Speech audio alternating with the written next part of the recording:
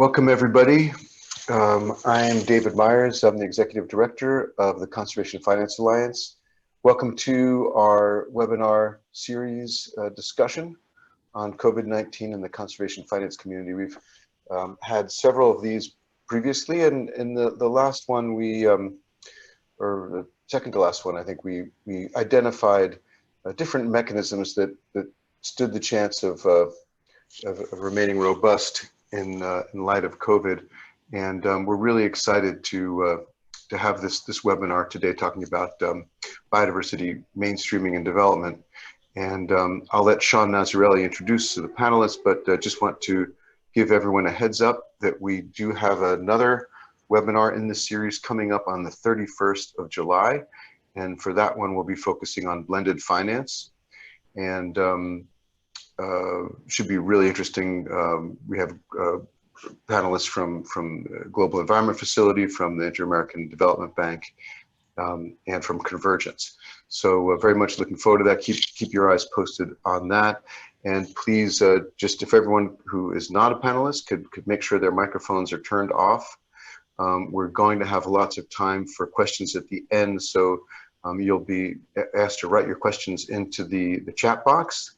And then Sean will be calling on some of you to ask your questions. So again, if everyone could keep their microphones off until Sean calls on you, and over to you, Sean. Thanks so much. Okay, thanks very much, David, and welcome everyone. I'm not going to take up a lot of time. We have a really great panel today, and we have three specialists here. We have Tracy Cummings, who's an expert from Biodiversity Finance CBD and a technical advisor at BIOFIN. We have Onno van de Heuvel, the manager of BIOFIN at the global level. And we have Katja Kerosakis, who is the biodiversity team level at the OECD. So I think we will have a great discussion, and I'm looking forward to it. Now, the first of our presenters today is supposed to be Tracy Cummings, who has extensive experience in biodiversity finance and policy at a national and international level. She's the technical advisor for the UNDP BIOFIN, the Biodiversity Finance Initiative, and a member of the Convention on Biodiversity panel of experts on resource mobilization, where she's leading the work on recommendations for resource mobilizations in support of the post-2020 Global Biodiversity Framework. And she is based in South Africa, and as a result, she is suffering from load shedding. For those of you who don't know that term, that means they turn off the lights and all the power in different areas of South Africa at sort of almost random times for usually unknown periods of time. So she is trying to dial in right now. I see, is that you? Hi, Tracy? Yes, am I coming through, Sean? Excellent, excellent. So I will now switch to your presentation and pass the floor to you. Thank you so much. Hi, everyone. I can't see anything from this side because I'm on my cell phone, so I'm going to be coordinating with Sean and ask him to flip between my slides. I'm so glad I could make it after all that madness of the lights going out just before we started. So hi, everyone. I'm going to provide a little bit of context to the concept of mainstreaming, why it's important, and hopefully set the scene for the really interesting things that I have no doubt Onno and Katja are going to be saying after me. Sean, if you can go to my second slide. I'm going to take you through what is mainstreaming and why is it important. I'm then going to place mainstreaming within the global strategic framework for biodiversity finance. And finally, I'm going to stop and ask this question that I'm guessing we're all asking, which is any of this still relevant in our current reality? So next slide to set the scene. I'm guessing most of you know this, but I think it's really important to start with these first principles. What on earth is this word that we've been hearing for the last 10 years? What is this thing, mainstreaming? So an easy way to think about it is it's really an approach of integrating biodiversity into other systems. And this could mean broader government policies or specific government sectors. It could mean integrating biodiversity into business models, operations, and practices in the private sector. It could mean integrating biodiversity into financial sector, both the private and the public elements of that. And it's relevant at all levels. It functions at a global level when we look at integrating biodiversity into all the other SDGs, for instance. It's really important at a national level and at a subnational level. And it's important at a program level and at a project level. So mainstreaming can be done anywhere, really. It's more how we do things. My first truth bomb, I think, is we will never reach our biodiversity goals without mainstreaming. Two kind of headline reasons for why I say that. One is there is not nearly enough direct funding for biodiversity. If we don't bundle or layer biodiversity into other funding flows so that we have co-benefits for funding flows, we will never have enough money to reach our targets. And possibly more important, there is far more harmful expenditure being spent every year in the economy compared to expenditure that enhances biodiversity. I'm going to show you a link to an excellent OECD report that Katja was involved in, and I'm sure she's going to say more on that, but I just wanted to reference it there. That OECD's got some great numbers on proving that point that we've all suspected for so long. Next slide, please, Sean. Okay, so Sean mentioned I'm on an expert panel for the CBD on resource mobilization, and the third report that we've just finished, that's just been released, basically tries to offer a strategic framework for biodiversity finance or resource mobilization to achieve systemic change in support of the post-2020 global biodiversity framework. And we have designed this framework to really be based on three core components that all speak to each other. The first one is reducing or redirecting resources that cause harm to biodiversity. The second is generating additional resources from all sources. And the third is enhancing the effectiveness and the efficiency of resource use. In other words, doing better with what we have. Next slide, please. Mainstream is a crucial approach in all three of these components. We can't get away with not doing mainstreaming in reducing and generating and enhancing. I'm just quickly going to touch on three illustrations of this under each one of those components. So reducing harm, if we dive into the business sector, one example of mainstreaming is the need for businesses to adopt biodiversity relevant green standards with agreed upon metrics and open and transparent reporting and disclosure on risks, dependencies, and impacts on biodiversity. If we look at this component of generating additional resources, an illustration of mainstreaming, if we choose to focus on international development finance, is this really important need to increase biodiversity co-benefits from nature-based solutions, for example, from climate change, but also all the other SDGs. My example there is we need to focus on adopting blue carbon as well as forest carbon into regulatory voluntary carbon offset markets and support regenerative agriculture. So that's just one way of mainstreaming biodiversity into other funding flows so we get more funding into our sector. And then if we switch to the last component, which is enhance the effectiveness of what we have and the resources we have, my illustration there focuses on the public sector. And the example I have is mainstreaming biodiversity into sector plans, into integrated development plans, and into spatial tools to achieve greater policy coherence and more efficient use of resources. In other words, the whole of government approach that we've been speaking of. So those are three examples of how mainstreaming is going to be an incredibly powerful approach for all conservation finance, biodiversity finance that we need to do over the next 10 years. Sean, if you can flip to the 6th slide. So the big question for today, is any of this still applicable in our current reality? And our next slide explains my hard yes answer. So here's my reasoning.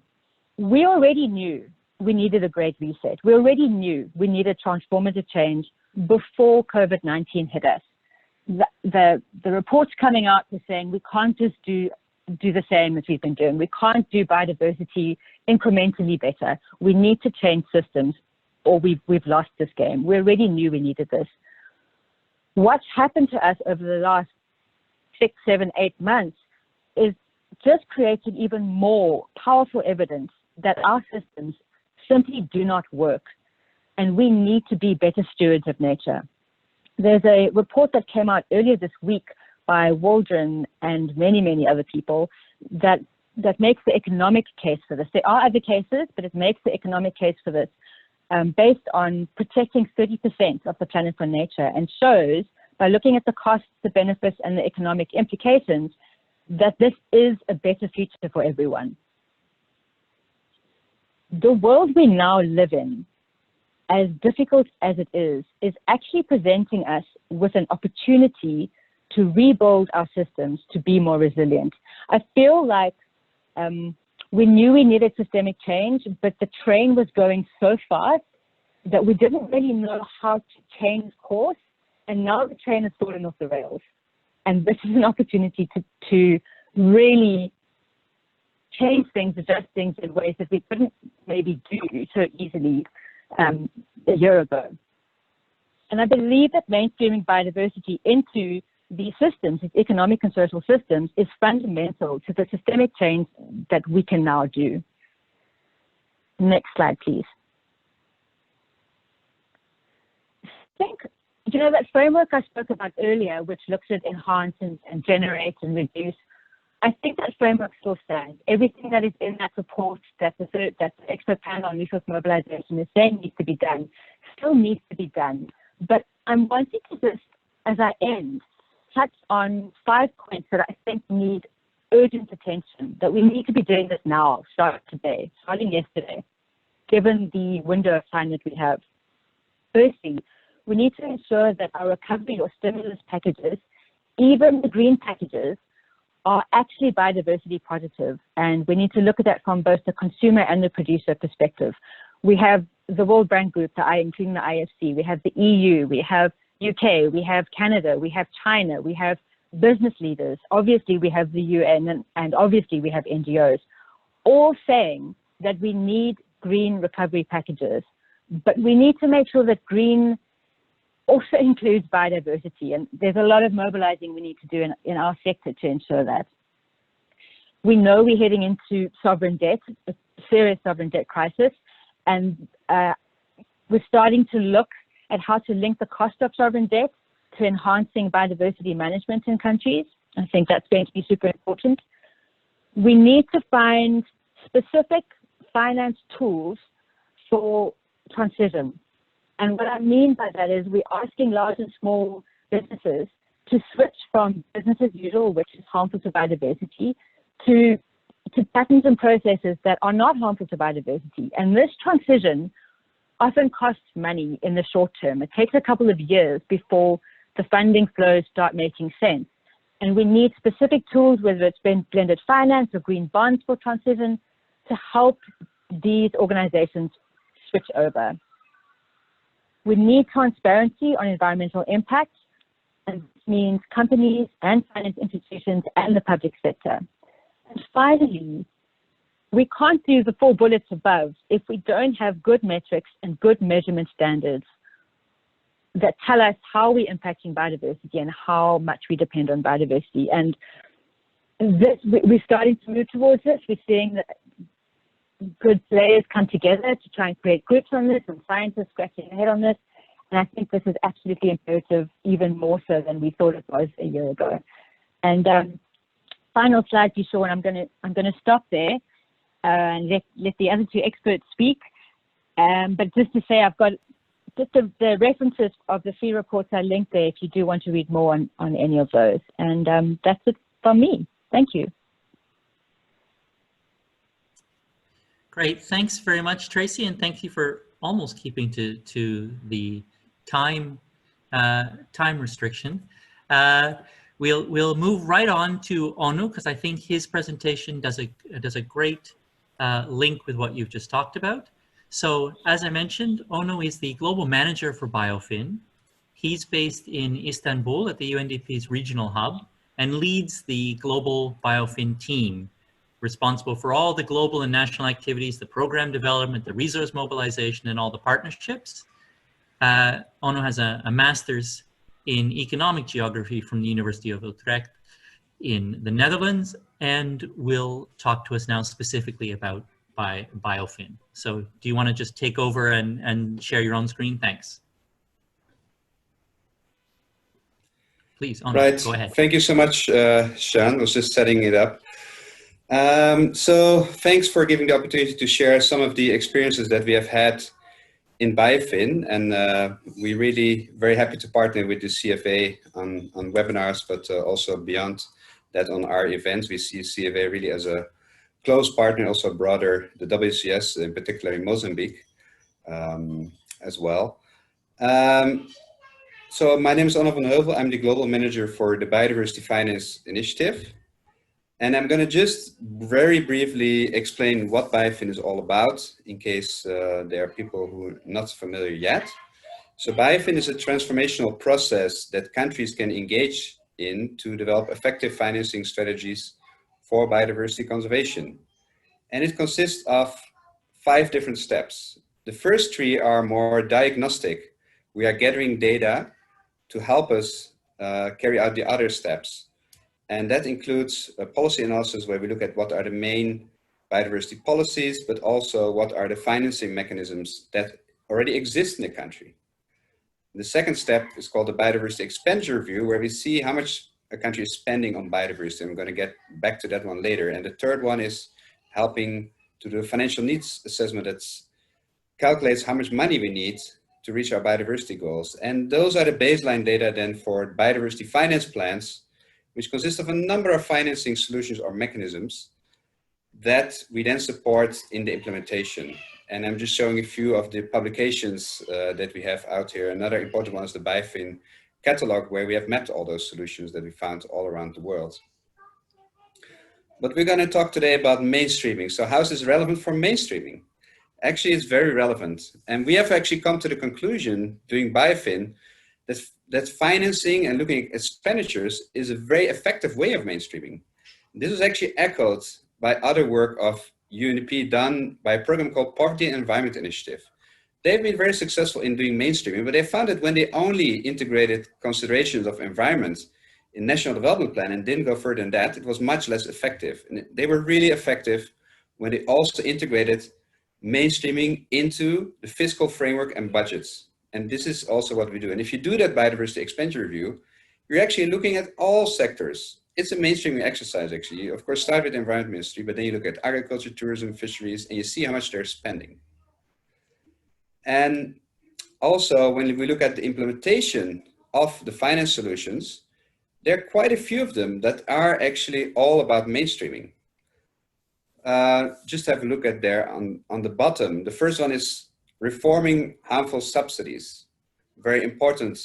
Something we're doing in Kyrgyzstan, where they looked in particular at agriculture, where they found there are 30 different subsidies that actually have a negative impact on biodiversity. And they now set up an official working group in government to study them closer and identify at least 1 or 2 or 3 to reform. And that can be simply removing the subsidy if it's really not effective, or maybe greening it, or just reducing it by saving some money and having less negative impact. But we're also looking at climate. For example, in Mexico, we work to integrate biodiversity better in a national climate fund and also in a green investment fund of Mexico City. So we shouldn't forget that mainstreaming of biodiversity can be also within environment, and finance flows related to energy are huge and they can have negative impact on biodiversity. We're also working on greening public budgets. That's something we're doing in India.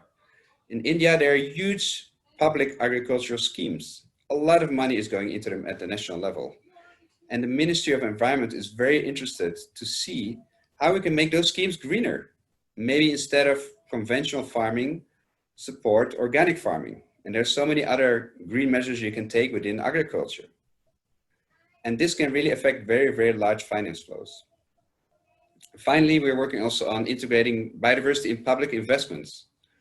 That's the work we're doing in Peru. We helped to change the public investment guidelines that were never talking about biodiversity before, and now it's been integrated. But we can't stop there because they also look close at specific investments and help the government to map out which ones have a positive biodiversity impact and which don't, and how they can increase the share of those positive ones. So these are just a few examples of where the mainstreaming and financing agenda come together. And I think they're almost one and the same, because as we have seen from the figures of OECD, we spend around 100 million on biodiversity, and we spend around billion per year on things that have a negative impact on nature. So if we don't include both of those areas in our financing, then we're not going to achieve our biodiversity goals for sure.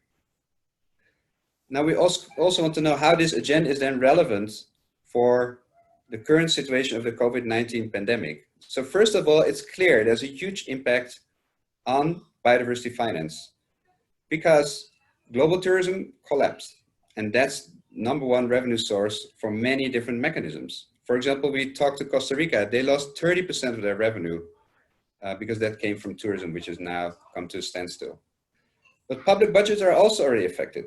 We saw in Mexico, the government reduced recurring or operational costs for the protected area system by 75%. That's a huge amount. And fortunately, our BIOFIN team managed to support them to advocate to allocate $2 million to bring some of that money back because they depend so much on those core resources.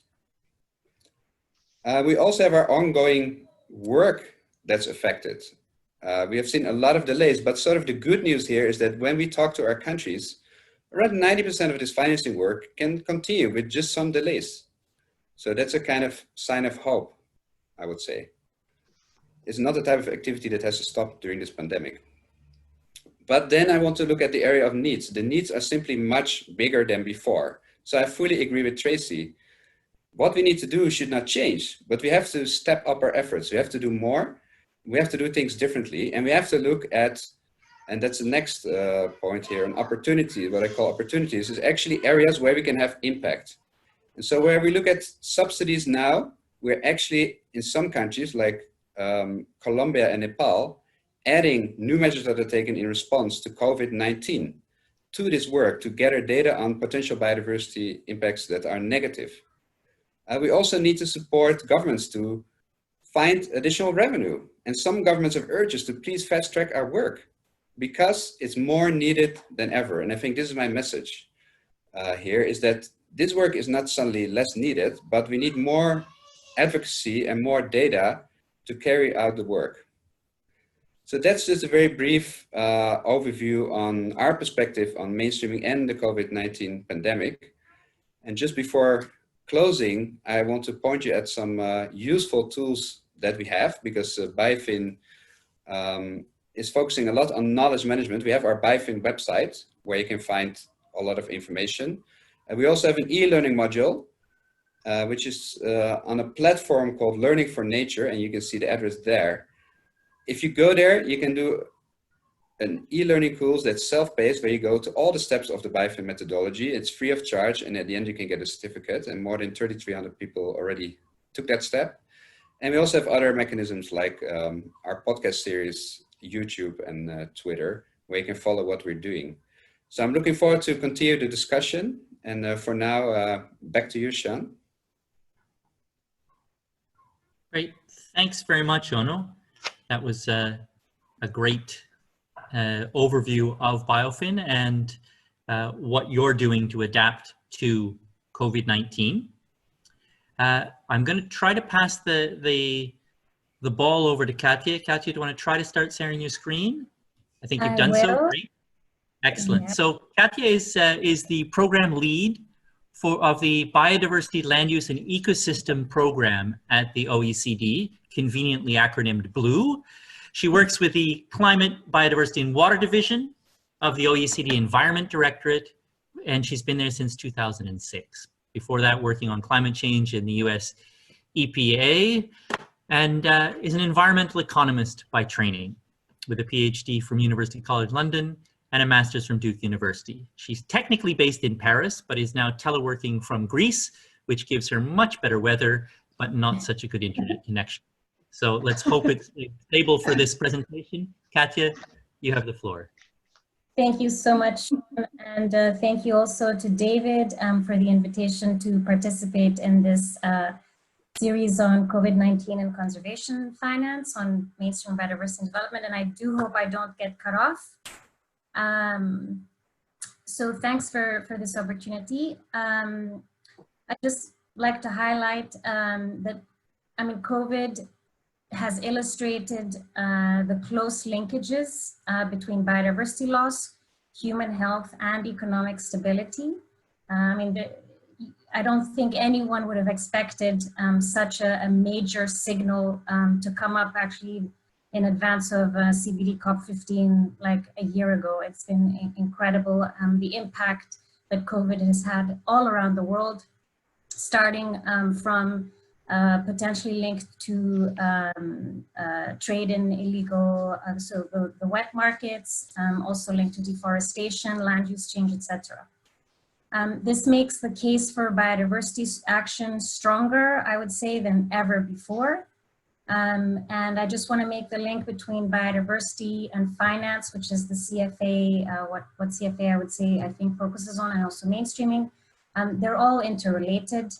We do need much more ambitious biodiversity policies and also more widespread policies. We do need greater finance for biodiversity. And also absolutely important is to strengthen and enhance mainstreaming of biodiversity across all policy areas and sectors.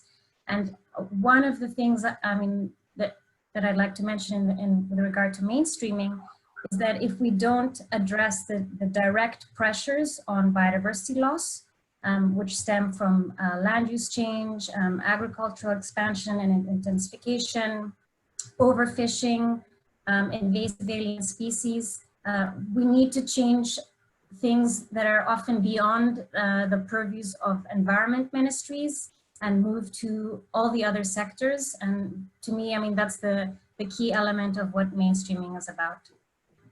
And CBD COP15, which was due to take place in 2020, now in 2021, is a critical and very unique opportunity to help deliver the transformative changes that are absolutely needed. So both Tracy and Ono mentioned some of the work that we've done, and also to illustrate in the context of finance and the links to mainstreaming. In our work, a comprehensive overview on global biodiversity finance, we looked at biodiversity finance from all sources based on the data that is available today. We released this just a couple of months ago. We found that annual biodiversity spending, so to protect biodiversity, is estimated between $78 to $91 billion a year.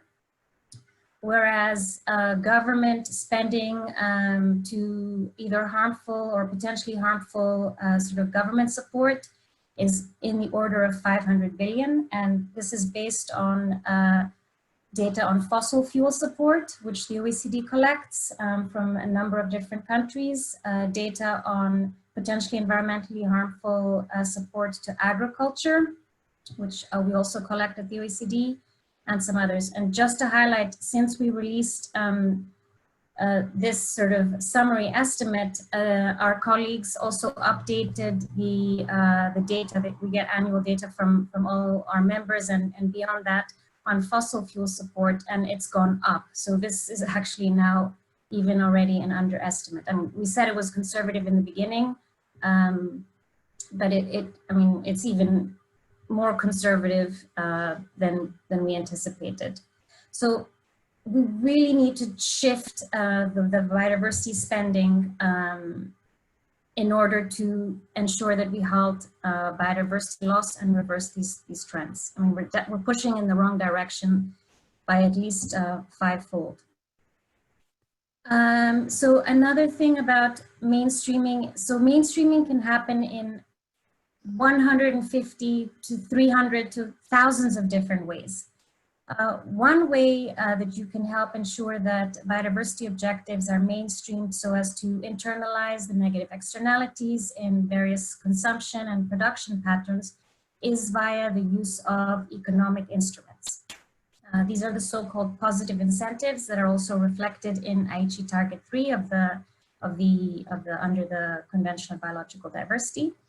And one of the things we do at the OECD is we track data on policy instruments that are relevant for the environment, including for biodiversity. At present, we have 110 countries that are contributing to this database, which is the acronym is the PINE database, on a number of different types of economic instruments. We have more than 3,500 policy instruments that are recorded here. And what we've done in this brochure that we released as well very recently is we provide a summary of the trends over time in the use of various economic instruments. So biodiversity relevant taxes is just one example. So taxes for, on groundwater extraction, on different types of pollution taxes. These are all types of ways that you can provide the more correct incentives to production and both consumption so that we move towards more sustainable pathways. So I just have here one illustration of biodiversity relevant taxes over time and the number of countries. We have this by number of instruments. Overall, we have it in terms of biodiversity relevant fees and charges, tradable permits that are in place, positive subsidies as well, etc. So we track this over time. It's also being used to monitor progress towards Aichi Target 3. And overall, you can see, for example, here, this is just a subset of the information we have available. You do see that, that countries are implementing or introducing biodiversity relevant taxes over time. But I mean, it's in a very slow way. If you see over the past 10 years, the number of increase really, the scale of increase really isn't as high as it really ideally should be. In any case, so these types of economic instruments are certainly one way to help mainstreaming biodiversity across all different types of sectors. I think a key issue in ensuring that we are mainstreaming biodiversity, and as I mentioned before, biodiversity mainstreaming covers all sorts of different actions, from mainstreaming biodiversity in your national development plans, your poverty reduction strategies, your agricultural strategies, from developing interministerial committees at the national level so that when decisions are made, for example, you iterate with all the other ministries that are likely to have an impact on biodiversity to show them what are the costs, what are the benefits, how to both try and maximize synergies and reduce trade-offs in the national level decisions. And of course, many other things more specific, such as implementing new policies, such as the economic instruments I mentioned, etc. But when it comes to saying, well, how are we doing in terms of mainstreaming biodiversity? It's actually not that easy to do at the global scale and in a comparable way, because everyone is sort of using different data and different metrics to identify whether or not they're mainstreaming, or to use that to help them track progress towards mainstreaming. So the post-2020 Global Biodiversity Framework offers one opportunity to try and better put a framework together that can actually do that, so that we can see in 2 years' time, in 5 years' time, in 10 years' time, are we actually implementing biodiversity mainstreaming? Is it effective? You know, how can we do better? What lessons can we learn across countries to see who's doing well in one area, for example, and try and understand, you know, how so, perhaps why other countries are not doing that well, and then trying to go in and understanding why and how they can, how one can support them. So from taking a step back, we do need much more specific and measurable targets that are relevant to biodiversity mainstreaming, also in the post-2020 Global Biodiversity Framework. And this is both at the national level and also across sectors such as agriculture, forestry, fisheries, etc. And associated with those targets, it's very important to identify indicators so as to be able to monitor progress against those targets, and that these indicators ideally should be consistent and comparable across countries, so that you're not comparing apples and oranges across countries, but you have a consistent metric so that you can see how countries are progressing over time. So we started to explore this issue in a report we released in 2018 on mainstreaming biodiversity for sustainable development. We covered a number of different things, and it talks about all types of mainstreaming and provides good practice insights on how to better mainstream at the national level, across sectors, in development cooperation, and also begins to explore how to better monitor and evaluate mainstreaming, which is what I'm referring to now. And right now, one of the projects that we're working on is looking at how to better develop indicators for the post-2020 proposed targets that are consistent and comparable across countries. What we're calling this is headline indicators. We use this at the OECD in our green growth indicators, so to identify how countries are integrating all types of environmental elements into their economic growth plans. So the headline indicators are where you can identify metrics that are consistent and comparable across countries. And just here I've listed some examples of possible mainstreaming indicators that you could develop in a consistent and a comparable way. The first one here is, do countries have in place an interministerial committee for biodiversity? That's just like a yes/no sort of response in terms of the indicator development. And it's a process indicator. Other types of indicators are, it's important to also have a range of types of indicators. So also not only on processes, but also on outputs and outcomes to see whether your actions are actually having effect over time as well. So change in land use and cover is another type of metric where data is available in a consistent and comparable way across countries. Amount of pesticide used per hectare is another type of indicator where not all countries, this data doesn't exist for all countries in a comparable way, but it does in a number of different countries. So the more countries that try to develop this as an indicator, we would be able to see whether pesticide use per hectare across countries is going down or going up. So whether it's an indicator to identify whether biodiversity is being mainstreamed in agricultural strategies and sectors, etc. And also the number of biodiversity relevant incentives that I mentioned before. Am I running out of time, Sean? Yeah, okay. Just another minute or two if you can. Okay, sure. I just wanted to highlight, just coming back to the CBD, the post-2020 biodiversity framework, which really is a unique and critical opportunity. I mean, this isn't going to come around again for another 10 years. New documents have just come out for review, which will be discussed at the CBD Substa 24, including the draft monitoring framework, which is basically about different types of indicators. And I'd also like to highlight another document in addition to the work that is ongoing on the open-ended working group for the post-2020 framework. There is also an informal advisory group that has been established under the CBD on biodiversity mainstreaming, of which OECD is on the informal advisory group, as are a number of others. And I just wanted to point out that there's also an information note that they prepared for the open-ended working group, which covers targets and indicators which are specific like to biodiversity mainstreaming. I do encourage you to look at those if you haven't already, because I think that they're very comprehensive, very specific and measurable, and they have many very good indicators associated with them. So I think it's a step in the right direction. I'll stop there. Thanks very much. I've just highlighted a little bit some other reading here, and also to highlight, I do suggest, oh no, you didn't actually mention this, but I do want to highlight that both OECD, the Blue Program, and UNDP BIOFIN, we convened a virtual global biodiversity, global conference on biodiversity finance. We have all the presentations and the slides available, and many of them are related to mainstreaming. It's a critical element of making transformational change. And I do hope you will manage to take a look. Thank you so much.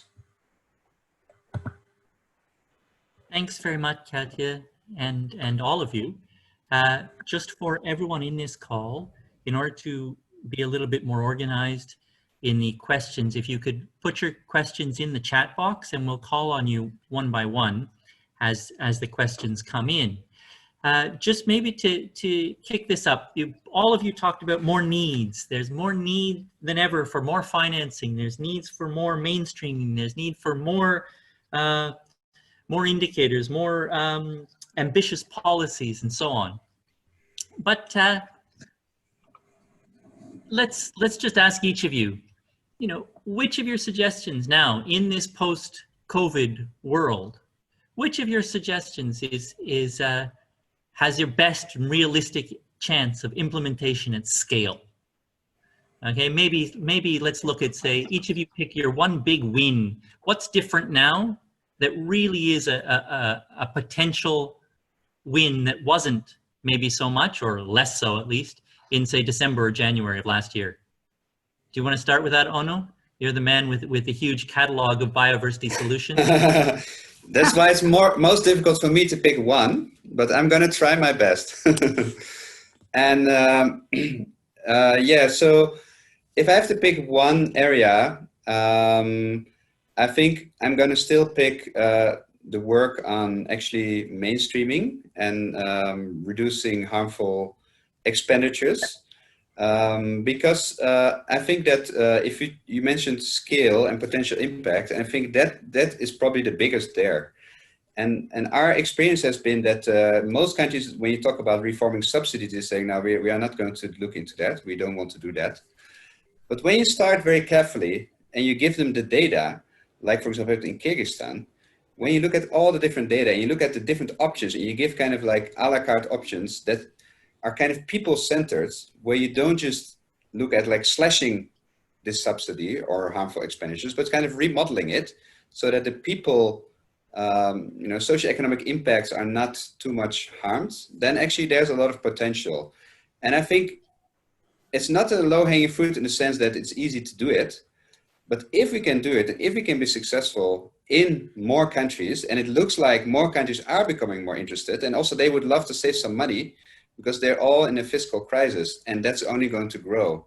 And so I think we're going to be making a better argument for doing that as a kind of cheap way to invest in conservation. So I'm still picking this one as my number one. Great. So we have a cheap solution here from Ono. Katja. Sure. So thanks so much. I'm also going to say the reform of harmful subsidies. I think that some of the work that we did has managed to show the scale of the difference.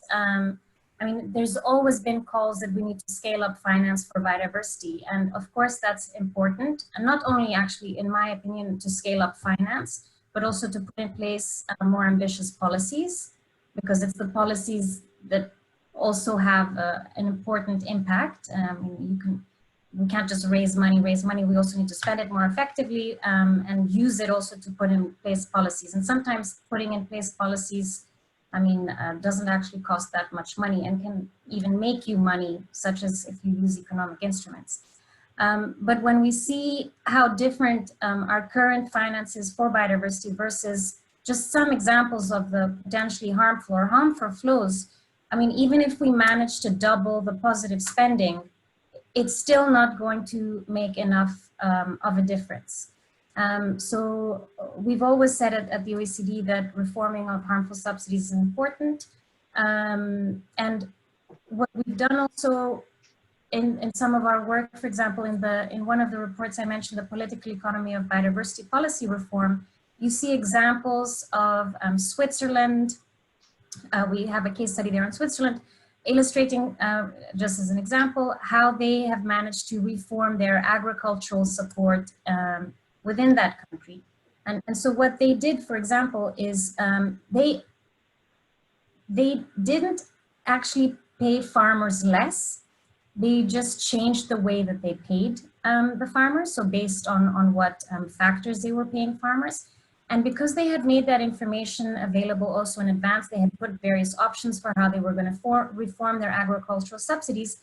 The farming industry also saw that some people were going to win from the reform and some were going to lose. So that also helped to break up the agricultural lobby, which up until then had always been a very united and very strong lobby.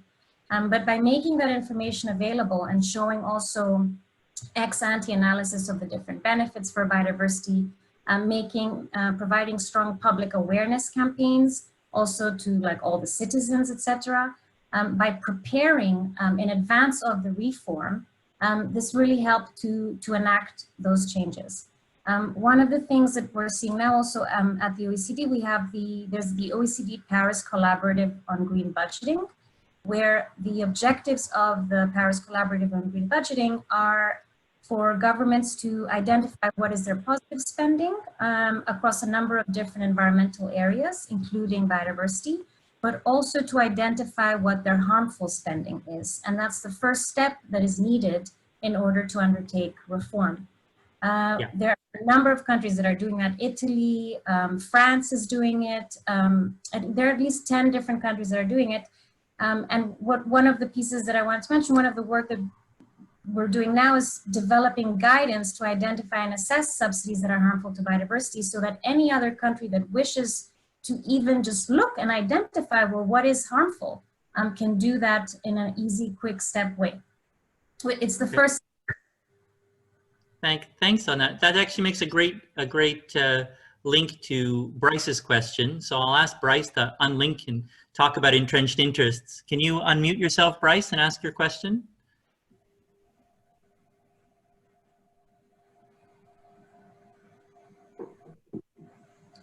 If Bryce Bryce Gray, are you still there? Just so, if he's not a co-host, he might not be able to do that. You might need to do it for him if he's still there. Don't see his name here anymore. I don't, oh, here's Bruce. Let me see if I can unmute him. Bryce, can you hear us? Hi there, Bryce, can you hear me? Ask a question? Yes, we can hear you now. Yeah, I was a little reluctant to unmute because there's always fireworks and roosters going off here, but yeah. So I asked about, removing the subsidies, not just removing them, but converting them to sort of decrease resistance to simply just abolishing them. So, one of the main examples is maybe converting subsidies for fisheries, fuel subsidies, price floors for fish catches, converting those into maybe funding for management of high seas MPAs or national MPAs. That's a first example. Another example is, somebody mentioned like 30 different subsidies pushing farmers to deforest areas. How could those subsidies be converted into, converting those same farmers into carbon farmers, beyond just their normal production? So it's sort of a rambling question, but there's two examples built into it. Yeah. Thanks, Bryce. Tracy, do you want to have a stab at answering that one? I didn't forget about you, even though you're only here in a number and not a name. Thanks, Sean. Look, I think you made a very good point, and I'm not sure if there's a debate there.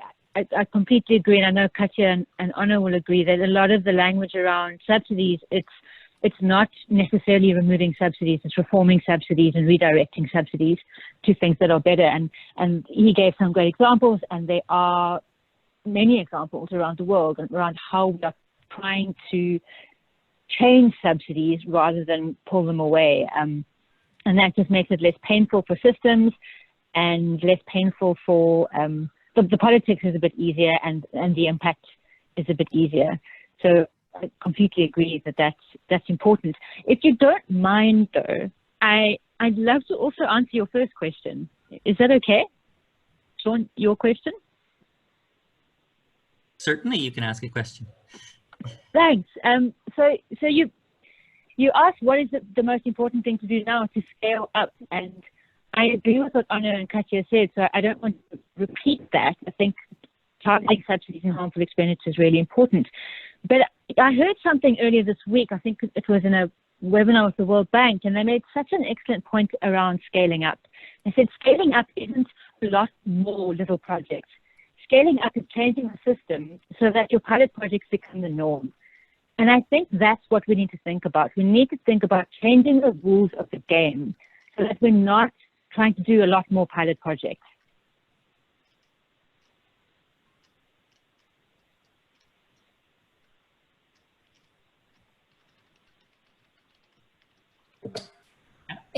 Could I just come back very quickly to Bryce's question? Very quickly. Please go ahead.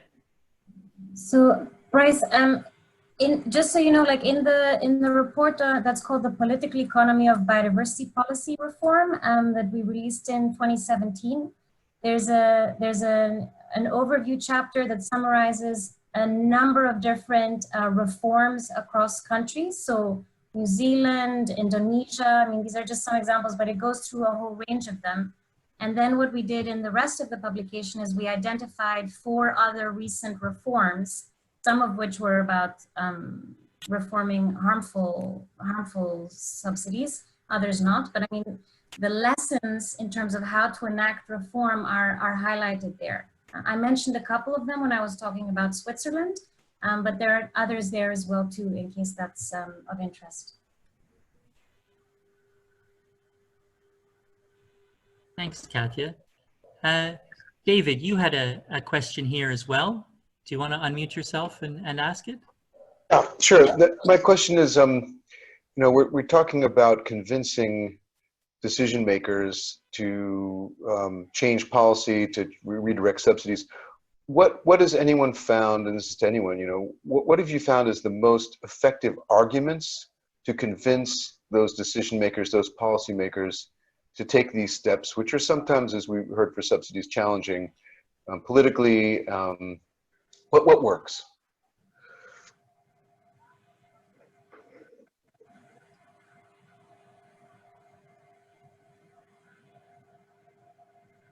Anyone want to volunteer an answer for that? Yeah, looks like Katja volunteered, so Katja. Sure. So, I mean, one thing, even back in 2010, when the Convention on Biological Diversity, when the parties were agreeing on the Aichi targets, and in some decision, I think 2 or 4 years later, there is some text that says encourages parties to identify, so to identify what spending they have in place that is potentially environmentally harmful to biodiversity. And when you look at the national reports to the CBD, barely any of the countries have done this. So without knowing at the national level whether you are spending harmfully or not, I mean, your first step is to do this assessment. What we were able to do at the OECD, because countries do report to us on spending on agriculture, spending on fisheries, spending on fossil fuels, we assumed naturally that any spending on fossil fuels is harmful to biodiversity. I mean, it just enhances greenhouse gas emissions, which is a direct driver of climate change. For the support to agriculture, we identified which of those elements are potentially environmentally harmful, because others can be positive as well. And similar for fisheries to some extent. But in that way, you're able to show at the global level what the magnitude is. Now, when countries do this at the national level, which I said, very few countries have actually done such a national assessment, with the exception of Switzerland, Italy, Germany has been doing it now over a number of years. Onno mentioned Kyrgyzstan. Without taking that first step, you just don't know, you have no idea. So really the first step is to come together at the national level and identify and assess what your harmful subsidies are. And what most of the studies show, you know, through academia and otherwise, is that most of these subsidies in place are there for reasons that actually do not hold true. I mean, it's for poverty reduction, but what you often find is that a lot of this government support is actually not really benefiting the poorest of the poorest. And again, we've highlighted a lot of this in the report on the political economy of biodiversity policy reform, where we did a literature review to see, well, what is the evidence on, the claims about different types of support, because they are there for valid reasons, but are they actually achieving their objectives? And in many cases, they're not. And there are better ways to do that, including by reforming them to more green spending, so that you're not funding public bads, but you're funding public goods, which is the responsibility of government. So after you've identified what these harmful subsidies are, then you can go in to do the next step of the analysis, which is like, wow, is it really billions and billions that we're spending on this and we're not getting what we want out of it?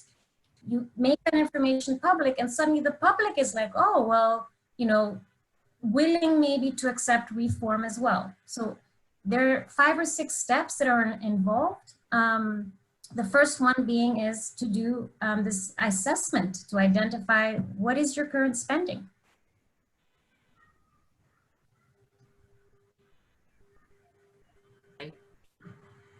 Thanks, Katya. We're coming up just to the end of our hour. We like to try to keep these webinars at just an hour, but I'll just maybe ask you one more question here at the end. This week, we're having the 2020 United Nations High-Level Political Forum on Sustainable Development is taking place this week. Many of the sessions are online and available for people to take place. For you, Katya, have you seen any really big changes in this? You've been talking about mainstreaming, as you said, many of these things you've been talking about for years. Is there anything new on the agenda, or is this repackaging of older ideas? Are you hopeful for the future that there's a real new momentum here? I am certainly very hopeful for the future. I think the biodiversity community needs to make sure that we all try and reach out to beyond just our own communities and further beyond. In one sense, the stimulus packages that governments have been and are putting together do provide a unique opportunity, because so much money is going into these stimulus packages. From what I've seen so far, based on, I think it was Vivid Economics, some countries are doing a lot better than others in integrating green into the stimulus packages, which is a real missed opportunity for all those that are not. And there is evidence that shows from the past, like the financial crisis, such as in Korea, where they really, even in the past, they had put in place green stimulus packages and had found that their economies bounced back faster than other economies that didn't. That there's much potential for job creation. So it's, yes, there are biodiversity benefits, but it also has a whole lot of other benefits that maybe other people care about more. So as long as, if we can get this message out so that more people can take this opportunity now for the stimulus packages, and then hopefully also in the lead up to CBD COP15, make sure that we have the best possible framework that we can for the next 10 years. Okay, we're right at the hour mark, so I'm going to give you one more word each, and the word is who's doing it best? Which country should we all be looking at now? Who's doing this mainstreaming best in your view? Who should we be inviting to our 2021 conferences? Which country? One of you, one word each. Tracy, start with you. I'm going to spin that. I'm going to say what we really need to focus on is that the finance sector and the private sector are actually starting to do it really well in ways that we never imagined could happen. And that's what we need to be focusing on.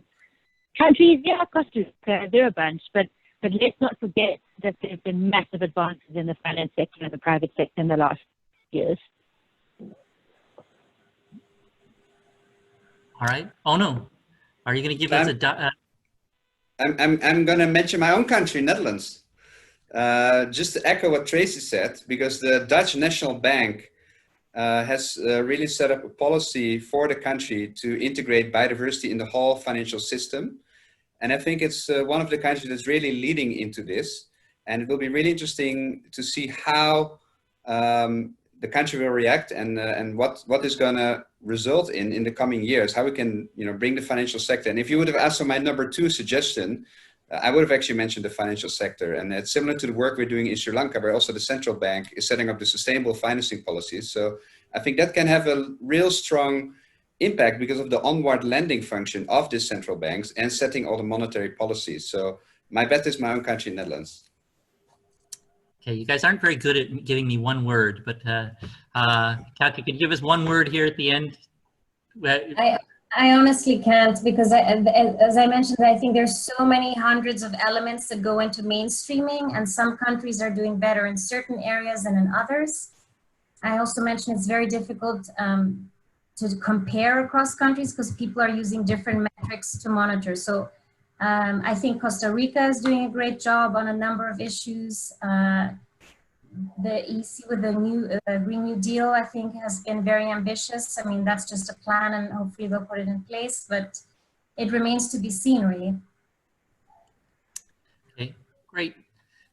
Thanks very much, everyone. I'm sorry, James, we didn't get to your question, but in fact, Tracy and Ono both mentioned private finance here at the end and the importance of it. I think, unfortunately, we've come to the end of our time, and I want to thank all of you. I'll give the floor back to David just to say a final thank you, but certainly from me, thank you to all of our panelists. You've brought some interesting thoughts. You've given good extra documents for us to download and go through. Those will all be made available on the CFA website, I believe, very shortly, so you can get hold of those links if you didn't manage to jot them down in the webinar itself. David, do you want to have a few last words here on the behalf of CFA? Well, I just want to make it real quick, but thank you, Sean, and thank you, Katja, Ono, and Tracy very much for presentations. Found it very, very interesting, and look forward to continuing our work together. So again, please go. We'll post these. Hopefully, we'll post these presentations soon. And thank you so much. And everyone, stay well and stay safe. Thank you so much. Thanks, David. Thanks, Sean. Thanks, Kumar. Great to work together again and talk soon. Thank you, everyone. Bye for now. Bye-bye.